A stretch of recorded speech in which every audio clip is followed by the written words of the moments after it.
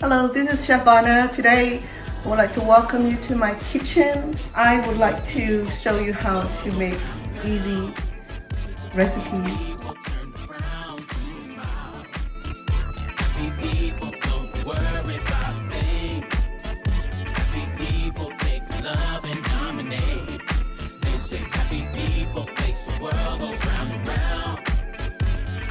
Alright, let's get right into the kitchens. This is not my first time trying to make pupusa.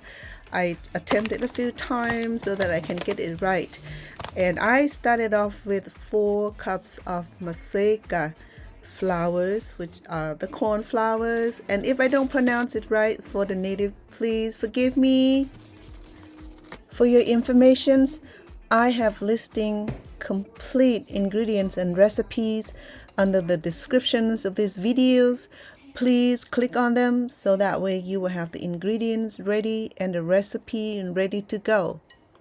If you are allergic to corn and corn product like myself, we can switch this to rice flours. A little bit difficult to handle because it's sticky and it retract. So therefore, we can do the same basic instructions, save for switching to rice flours. The tricky part is this making the good dough. In order for the dough to form really well, it requires perfect amount of flours in the waters. If it's too soft and too much water, you can add flour to it. If it's too hard, then add a little more water so that way it'll break evenly. I don't know whether you believe it or not, but cooking requires a lot of kneading, a lot of touching, squeezing, a lot of pressing, a lot of feelings. For those who do the baking, I know you know what I'm talking about. And needless to say that in pupusa dough, it needs the same amount of love, of touching, squeezing, kneading, and pressing. Otherwise, you won't be able to form a flap for you to process your pupusa. So that's the reason that I would recommend for you to knead, press, and form the doughs nicely. And you are right. And there is another way to do these things. You can put it in the mixers and expresses it. I don't like to take the fun away from my cooking, so I always do it in the indigenous way or in the ancient way or in the way that the parents taught us. Alright, so here we go. I spent about a good amount of 20 minutes kneading my doughs and loving it. So now it's done. Let's cover it up and put it aside while we prepare other ingredients.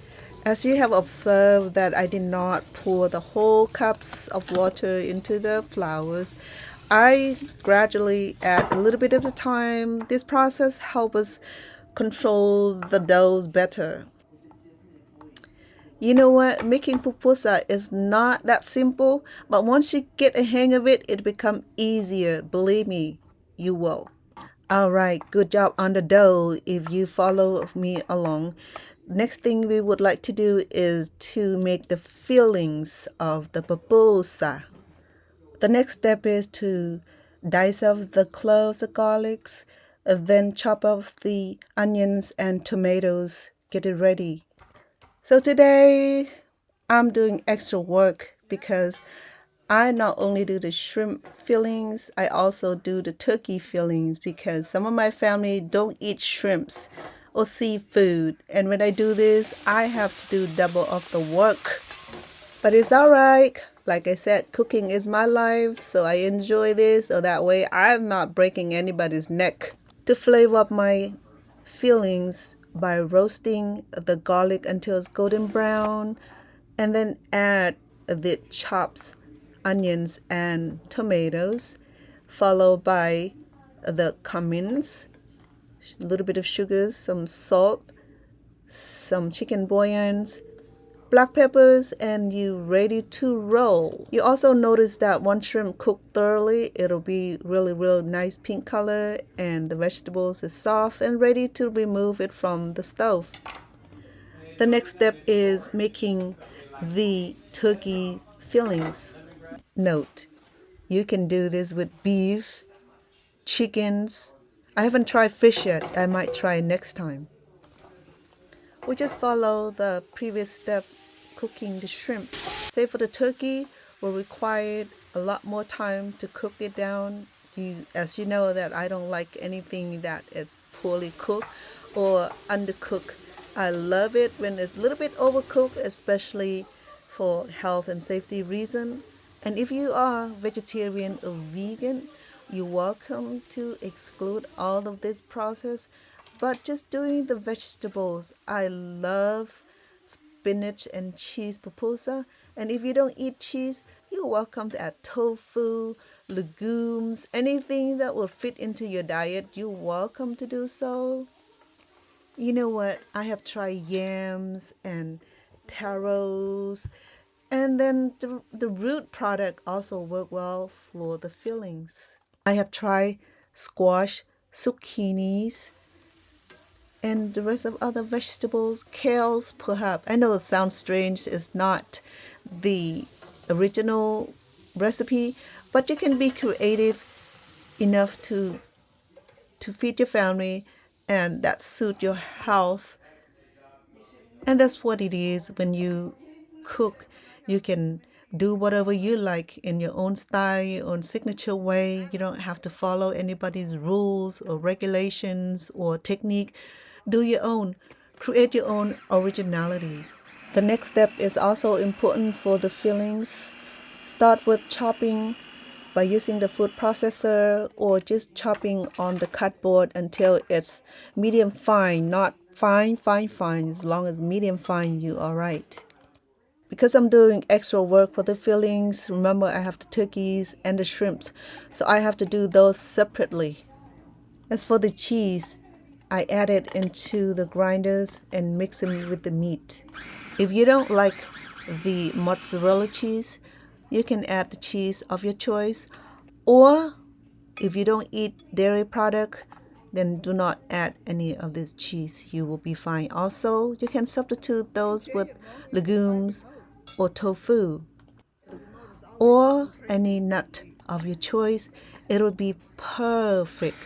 As you can see that this food processor made especially for this kind of grinding.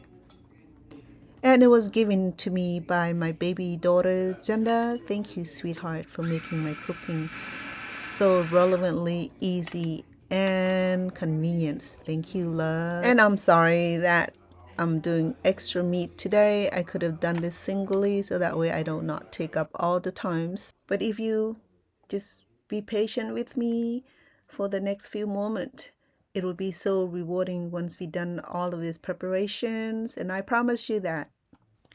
Let me share with you why I start cooking pupusa. My sweetheart, he typically will buy it from his co-worker from work.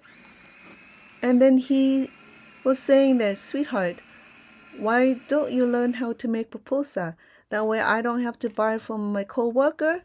And first of all, I don't even know what pupusa is. I have to go Google what pupusa is. So when I see what pupusa is, oh, well, it can't be that difficult, right? You know that I do not just cook Asian food. I also cook other type of ethnic food. Also, it's just that I have not even do my showcase because I wanted to focusing on showing you how to cook Asian food. But I will start bringing some of this ethnic food on my show. After many attempts to cook my pupusa, I finally got the concept, got the ideas, got the easy technique that make my pupusa taste better, look better, cook better, and more perfections. Because my sweetheart, he loves spinach, so I add extra spinach for him also. You can hear him in the background. He's waiting for his pupusa. Nice work, you all. All the tiring process is done. Let's go create this pupusa together, which is a more fun part of it. This process reminding me of making dim sums. right? Because dim sum require the same process here. You have the doughs, you have the fillings, and you have to make the flap and to deposit the doughs, and you would cover it up. To make the flap making easier, make sure that your hand is slightly oil or floured to avoid the sticky mess like I have here. I made my dough and flap extra thin because it's a lot easier to cook it when it's extra thin. If it's thick, then it requires a longer time to cook it. I love the thinner crust because it tastes better. The textures of it is better. And believe me, when I said it tastes better, you can try that for yourself. But when you're trying the thick doughs or the thick flap, it's not only that it takes longer to cook, but sometimes it's undercooked inside of the dough. And that's why I try to make this dough as thin as much as possible so that it will cook thoroughly inside. And it requires slow cooking to make sure that it cooked really well inside, and it creates that little of crusty in the outside. That would be perfect pupusa. I know making perfect shape pupusa is not even in my questions. I try that. It doesn't turn out anywhere near perfect. But as long as I got the fillings inside this dough and cook it right, and yes, I'm good with that. How do you know the pupusa is done? Okay, so it's been there for about 10 minutes now. Okay, because it's corn thick, so you can press it by the texture of it would be soft. Okay, so this one been there first, and then I have the rest later. So this one is pretty done, but I just like it to get a little more browner. Okay, and perhaps it's crunchy and moist inside. But yeah, this one is done. Okay.